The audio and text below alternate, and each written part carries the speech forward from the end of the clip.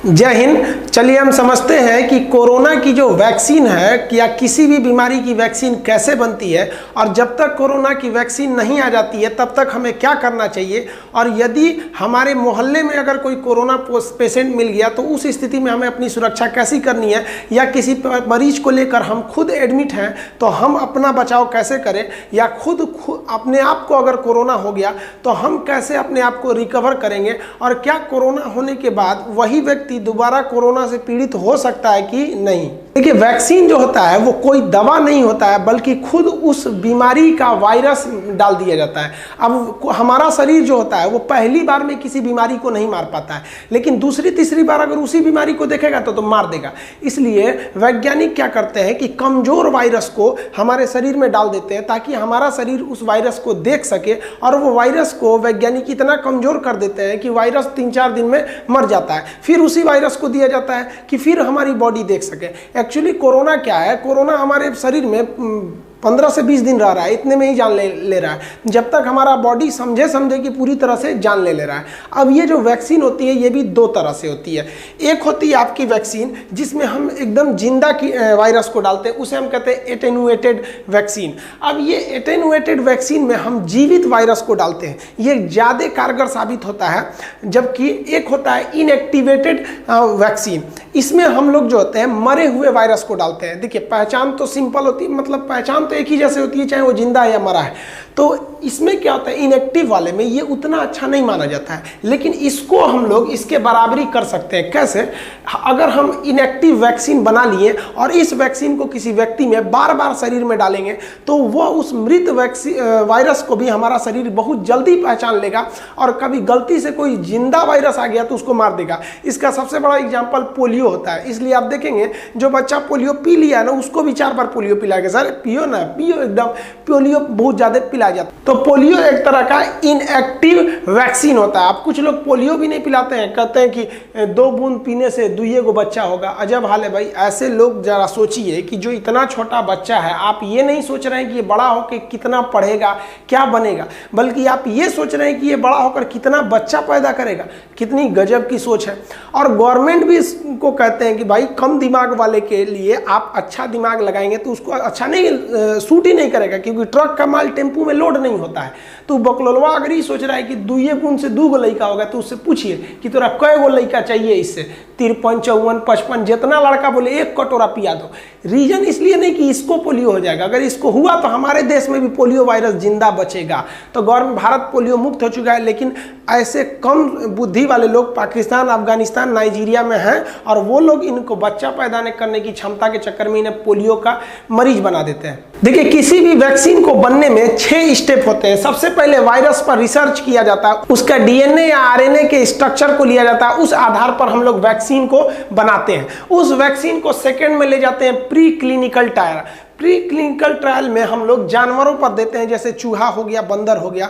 अगर इस पर सक्सेस हो गया तब वो आता है क्लिनिकल ट्रायल में। यही सबसे मेन पड़ाव होता है क्लिनिकल ट्रायल। अब ये क्लिनिकल ट्रायल के भी 3 फेज होते हैं। फर्स्ट फेज में हम बहुत कम लोगों पर देते हैं, 40 से 50 लोगों को हम लोग देते हैं फर्स्ट फेज में। अभी जो भारत बना रहा है, भारत बायोटेक एक दवा बना रही है, वैक्सीन बना रही है, कोवैक्सीन नाम है उसका। उसको कहा जा रहा है कि 15 अगस्त तक आ जाएगा। देखिए, ये 15 अगस्त तक क्यों इसको इतना जल्दी कहा जा रहा है कि आ जाएगा? आएगा कि नहीं आएगा ये अलग बात है, लेकिन इतना क्यों कहा जा रहा है? क्योंकि ये इनएक्टिव वायरस पर बनाया गया है। बाकी सारे जो वैक्सीन बनाए जा रहे हैं वो एटेनुएटेड वायरस पर, यानी जिंदा वायरस पर दिया जा रहा है, इसलिए उनमें ज्यादा सावधानी बरतना है। और भारत जो दे रहा है वो तो मरा हुआ वायरस दे रहा है, उसमें सावधानी क्या बरतना है? 10 बार उसी को घोंप दो, हर हफ्ता गैप कर करके देखो, उसके बाद उसको कोरोना वाले एरिया में छोड़ के कि उसको हो रहा है कि नहीं हो रहा है। इसलिए जेन्युइन है, ये हकीकत भी है कि जो अनएक्टिव वैक्सीन होते हैं ना, जो मरे हुए, वो थोड़ा जल्दी बन जाते हैं, लेकिन हमको लगता है कि 15 अगस्त को ज़्यादा ही जल्दी बोल दिया गया है। तो ये हम लोग का जो वैक्सीन बनाया जा रहा है वो अभी क्लिनिकल ट्रायल के ये वाले तीसरे स्टेज के क्लिनिकल ट्रायल के फर्स्ट फेज में है, जिसमें 40 से 50 लोगों को देखा जाएगा, फिर एब्जॉर्ब किया जाएगा। जबकि इसका सेकेंड फेज जो होता है उसमें 600 से 800-700 लोगों को दिया जाता है, ताकि अगर ये सक्सेस हो गया तो और लोगों पर देखा जाए। ऐसा भी तो हो सकता था ये लोग खुद ही मजबूत हो, इम्यून सिस्टम अच्छा हो, तो इसको दिया जाता है। इसमें अभी सेकेंड नंबर पर चल रही है इनोवियो कंपनी की एक दवा है, वैक्सीन है, जिसका नाम है INV 4800। ये सेकेंड फेज पर पहुंची हुई है। अब जो सबसे मेन होता है वो होता है आपका थर्ड फेज। थर्ड फेज पे बहुत ज़्यादा लोगों को दिया जाता है, 5,000 से 10,000 लोगों को दिया जाता है। इसमें अभी 3 दवाइयाँ रेस में है, जिसमें चाइना की दवा सबसे आगे है, साइनोफार्म। ये सिनोफार्म जो दवा है ये सबसे आगे चल रही है। उसके बाद ऑक्सफोर्ड यूनिवर्सिटी का है CHADOX1, इस दवा का कोड है, ऑक्सफोर्ड यूनिवर्सिटी बना रही है, 2nd नंबर चल रही है।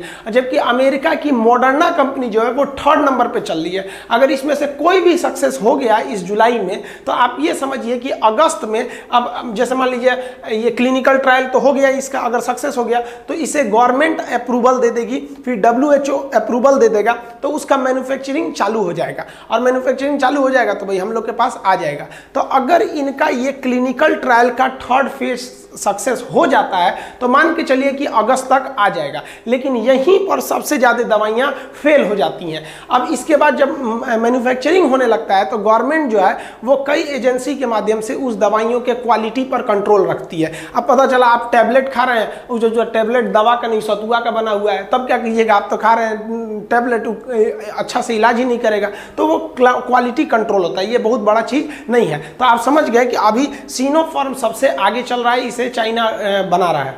जब तक वैक्सीन नहीं आ गया है तब तक आप सभी लोग को मास्क तो एकदम कंपलसरी लगाना है, खास करके उन्हें जिनमें थोड़ा बहुत सिम्टम्स लक्षण दिख रहे हैं, मास्क हर हाल में लगाना है। N95 मास्क नहीं है तो आप क्या लगा सकते हैं, सर्जिकल मास्क। लेकिन याद रखिएगा ये ज़्यादा देर के लिए नहीं होता है, इसे सिंगल यूज मास्क भी बोला जाता है। ऐसे अमूमन तो इसका वैलिडिटी 8 घंटा माना जाता है, लेकिन आप इसे एक दिन यूज कर सकते हैं। ये सस्ता मिलता है और ये थोड़े से महंगे मिलते हैं। इसमें एक फिल्टर लगा होता है जो हवा को बाहर आने देता है, और अंदर जाते समय ये वाल टाइप का होता है, बंद हो जाता है, और जो बंद होने वाला फाटक टाइप का होता है छोटा सा, वो क्या करता है, उसी पर एक तो फिल्टर लगा रहता है, वो एक सैनिटाइजर का काम करता है और हवा में उपस्थित सारे कणों को मार देता है।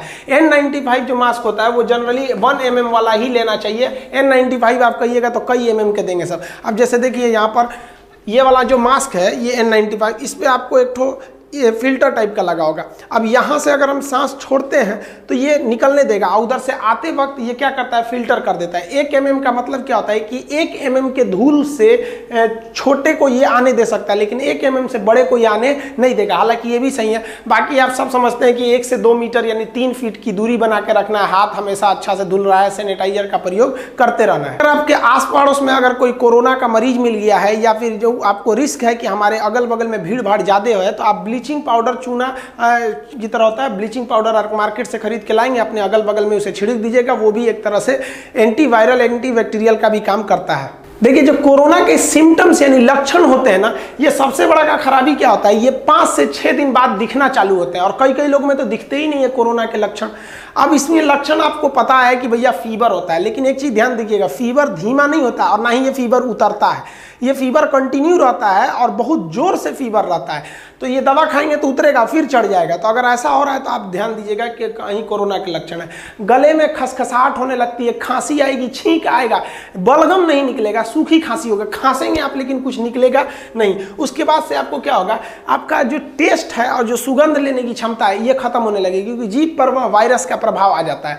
और जब सांस लेने की तकलीफ होने लगे तो ये सबसे बड़ा लक्षण है। अब आप समझिए कि अब आप सीरियस कंडीशन की ओर जा रहे हैं। लेकिन अभी क्या है कि लोग इतने डर गए हैं कि उन्हें अगर बुखार और खांसी, बुखार तो नहीं, अगर खांसी हुआ तो तुरंत डर जा रहे हैं। तो देखिए, अगर आपको खांसी हो रहा है और बुखार हो रहा है तो आप ये देखिए कि आप कहीं बाहर से ट्रेवल करके तो नहीं आए हैं, आपके मोहल्ले में कोई कोरोना मरीज तो नहीं है, या आप किसी कोरोना मरीज के कांटेक्ट में तो नहीं आए हैं। अगर ऐसा है तो समझिए कि भाई आपको इस हो सकते हैं। जैसे अभी हम पटना से आ रहे हैं, वहाँ हम अनाथ आश्रम को शिफ्ट कर दिए लगभग 150 किलोमीटर दूर, क्योंकि पटना की स्थिति अभी ठीक नहीं है, काफ़ी तेजी से बढ़ रहा है पटना में। तो अगर अब हमको होता है, अगर खांसी हो जाता है, बुखार हो जाता है, तो हमको रहना चाहिए कि भाई हम एकदम कंटामिनेटेड जोन से आ रहे हैं। और एक चीज़ और ध्यान दीजिएगा कि अगर कोई मरीज है कोरोना का, आप उससे 3 फीट की दूरी है, उससे कम दूरी कर लिए हैं और 15 मिनट से ज़्यादा उसके पास समय बिता दिए हैं, तो आपको ज़्यादा खतरा। ऐसा नहीं है, कम्युनिटी ट्रांसफर नहीं है, ऐसा नहीं है कि यहाँ से कोई मरीज गया तो सबको यहाँ से फैला देगा। 15 मिनट वो एक समय लेता है।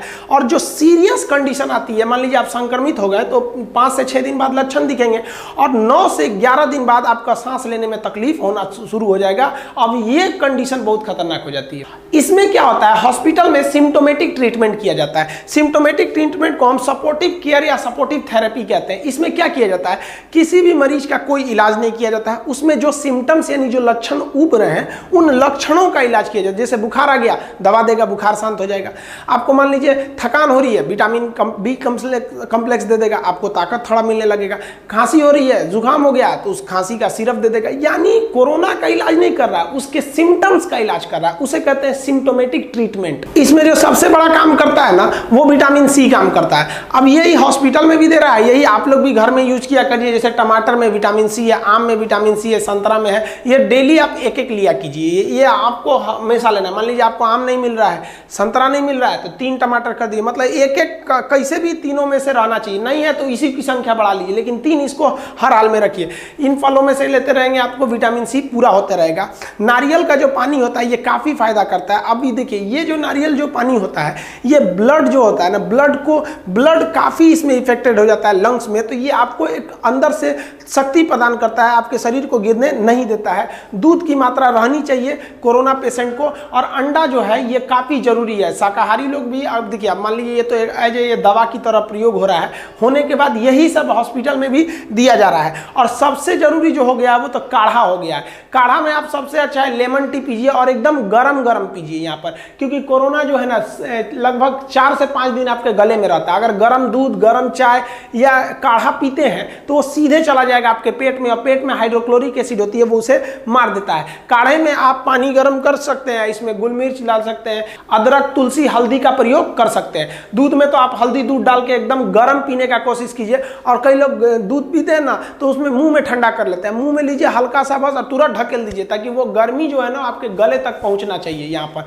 इससे आपको काफी ज्यादा रिलीफ मिलेगा। और ये तो हॉस्पिटल में, हर हॉस्पिटल में काढ़ा एकदम कंपलसरी दे रहा है। और जो पानी पीना है, वो पानी जो होना चाहिए वो चाय की तरह गर्म होना चाहिए, हल्का गर्म नहीं, चाय की तरह गर्म पानी पीजिए। और जो पानी का भाप है उसको मुंह खोल के भाप भी लेते रहिए। स्टीम और ये पानी, इसे गलाला करते रहिए, इसे कुछ गलाला करके उसमें नमक डाल दीजिए। पानी पी भी लेंगे तो कोई दिक्कत नहीं है, लेकिन गर्म पानी एकदम पीते रहिए। आप हॉस्पिटल में रहें या घर पे रहें, घर पे भी सेल्फ आइसोलेशन कर सकते हैं। गवर्नमेंट ने भी गाइडलाइन जारी कर दिया, सेल्फ आइसोलेशन में आपको किसी दूसरे से मिलना नहीं है, बाकी घर वालों को थोड़ा सा ज्यादा सावधानी बरतना है। और इस बीच आपको क्या करना है, जो लोग ठीक हुए हैं उन लोग को डॉक्टर्स थोड़ा ना मानसिक रूप से भी ठीक करना है। जैसे उनको हमेशा अपना बुखार नापते रहना है कि बुखार कितना है, उसको लिखते रहना है, अपने डॉक्टर को बताते रहना है कि ये इतना है। आपको ना, जो आप ठीक होंगे या नहीं ठीक होंगे ये डिपेंड करता है कोरोना होने के 8वें दिन से 15वें दिन तक, क्योंकि 6वें 7वें दिन तो लक्षण ही आते हैं, और 8वें दिन से आपको बदन में कपकपी चालू हो जाती है। अब याद रखिएगा, जब आप हॉस्पिटल में एडमिट होने जाएंगे तो आपके साथ एक और मांगा जाएगा आदमी जो आपका ध्यान रख सके, और आपको एक बर्तन रखना है जिसमें आप पानी, चाय वगैरह बना सके, और आप एक ओढ़ने के लिए कंबल ले सकते हैं, क्योंकि बुखार आएगा तो ठंड बहुत तेज लगता है ऐसे मरीजों को। और जो इनके साथ अटेंडेंट जाएंगे उनको अपना पर्सनल सिक्योरिटी के लिए उनको तो N95 जैसे मास्क हमेशा अवेलेबल रखना है। बुखार हमेशा नापते रहना है, बुखार से कोई लापरवाही नहीं करना है, और योगा करते रहना है। योगा के लिए आप उसमें देख सकते हैं कई सारे योगा चैनल है, वो स्पेशली योगा के लिए ही हैं, तो योगा करते रहना ताकि आपका बॉडी जो हो आप उसी तरह से स्ट्रांग हो सके। और आपको अपने बॉडी के जो ऑक्सीजन लेवल है उसको भी नापते रहना है। ये दोनों रिपोर्ट आपको डॉक्टर को बताते रहना है, ताकि अगर ऑक्सीजन की कमी आएगी तो आपको ऑक्सीजन अलग से दिया जाएगा। और इस बीच आप अपने आप को इंटरटेन करते रहें। आप मोबाइल देख सकते हैं, आप वीडियो कॉल कर सकते हैं, अपने दोस्तों से बात कीजिए, अपना शेयर कीजिए अपना अनुभव को, ताकि उन लोग का भी हिम्मत बढ़े। और इसी सारी चीज़ों से 80% लोग ठीक हो जाते हैं। उनको 80% लोगों को ये खाने में दिया जाता है, और बाकी ये ट्रीटमेंट में ये दिया जाता है। सपोर्टिव ट्रीटमेंट होते हैं, सिम्टोमेटिक खांसी आ गया तो उसकी दवा, इससे 80% लोग ठीक हो जाते हैं। लेकिन अभी क्या हो गया, किसी को कहिए ना, अभी लोग का डर से सीना में दर्द होने लग रहा है। अब वो चौंक जा रहा है कि भाई अरे बाप रे बाप, इसको कोरोना तो नहीं हो गया। तो डरना नहीं है, डर गए तो फिर आपका इम्यून तो अपने कमजोर हो जाएगा। 80% के बाद जो 15% लोग होते हैं उन्हें ऑक्सीजन देना पड़ता है। ये ऑक्सीजन सीरियस नहीं है, लेकिन हाँ ये मतलब माइल्ड या फिर मॉडरेट भी नहीं है। इसमें ना ऑक्सीजन सिलेंडर द्वारा ऑक्सीजन को केवल आपके नाक के पास छोड़ दिया जाता है, ताकि जो आपके बॉडी में ऑक्सीजन की कमी हो गई है उस कमी को ये जाके पूरा कर सके। इसमें भी बाकी आपके 15% लोग ठीक हो जाते हैं। अब बच गए 5%। इन 5% को वेंटिलेटर पर रखा जाता है। यह वेंटिलेटर आखिरी उम्मीद होती है। इसमें एक नली होती है जो नाक या मुंह के माध्यम से आपको क्या किया जाता है, अंदर तक पहुंचाया जाता है, यहां फेफड़ा तक, और ये मशीन प्रेशर डाल के आपके फेफड़े में ऑक्सीजन भरती है और फिर वापस निकालती है। ये काफी क्रिटिकल हो जाता है। इसमें क्या होता है, कोरोना वायरस आपके फेफड़े में एंट्री कर जाता है और फेफड़े में जाने के बाद वो दो काम करता है। एक तो ब्लड को जमा देता है, तो डॉक्टर क्या करता है, ब्लड को पतला करने वाला आपको लिक्विड दवा दे देता है वहां पर, तो ये हो जाता है। दूसरा, जैसे ये फेफड़े में जाता है तो फेफड़े की कोशिकाओं को ये मारना चालू करता है। अब फेफड़े की जो कोशिकाएं होती हैं उसमें ज्यादातर सिलिया फ्लैजिला टाइप के होते हैं, ऐसा सिलिया टाइप का, ताकि वो ऑक्सीजन को बाहर फेंक सके, CO2 को बाहर फेंक सके। ये क्या करता है, उन कोशिकाओं को पकड़ लेता है। तो हमारा जो इम्यून सिस्टम है आके इस कोरोना को मारने लगता है। जैसे इस कोरोना को मारता है तो इस कोरोना के जो क्षतिग्रस्त अंग है वो बाकी ब्लड के टुकड़ों पे पड़ते हैं, फेफड़े के टुकड़ों पे पड़ते हैं। तो जो बाकी के हमारे सैनिक है, इम्यून सिस्टम है, वो ये भूल जाते हैं कि ये कोरोना मरा हुआ है या इसके टुकड़ा है जो हमारे स्वस्थ कोशिकाओं पे गिरे हैं, वो उन स्वस्थ कोशिकाओं को ही मार देता है। और जब ये धीरे धीरे फेफड़ा तक पहुंच जाता है तो पूरे फेफड़े में ये भर जाता है और पूरा फेफड़ा छोटा होने लगता है। इसलिए क्या होता है कि आप सांस लेते हैं ज्यादा लेकिन जा नहीं पाता है, पूरा भर जाता है। यहाँ कोशिकाएं, मरी हुई कोशिकाएं हो जाती हैं और कोरोना पूरा भर जाता है। और धीरे धीरे ये लड़ाई इतनी बड़ी हो जाती है कि हमारा शरीर जो है हमारे खुद के फेफड़ा को दुश्मन समझ जाता है और पूरा शरीर मिलके हमारे ही फेफड़ा को मारने लगता है। और धीरे धीरे ये सांस हम नहीं ले पाते हैं और वेंटिलेटर पे जाने वाले 5% लोग में से 1% ही वापस आते हैं।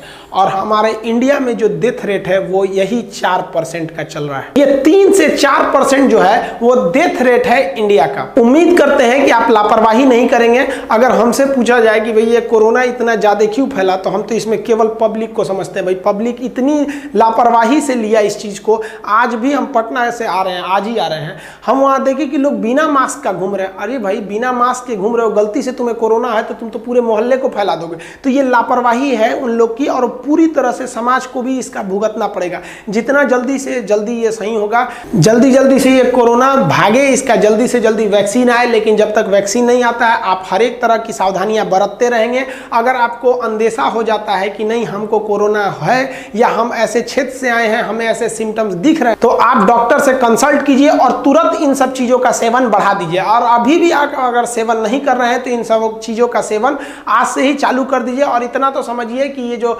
गर्म पानी और गर्म काढ़ा है इसमें कुछ नहीं जाता है, आपको एक तरह का फ्री इलाज है। और अभी हॉस्पिटल में सबसे ज्यादा यही हो ही रहा है, गर्म पानी, गर्म काढ़ा, दूध, अंडा, विटामिन सी, यही अभी वर्तमान में दवा है। बाकी वैक्सीन को रिलेटेड क्या अपडेट आएगी उसको बताएंगे नेक्स्ट वीडियो में। तब तक के लिए जय हिंद।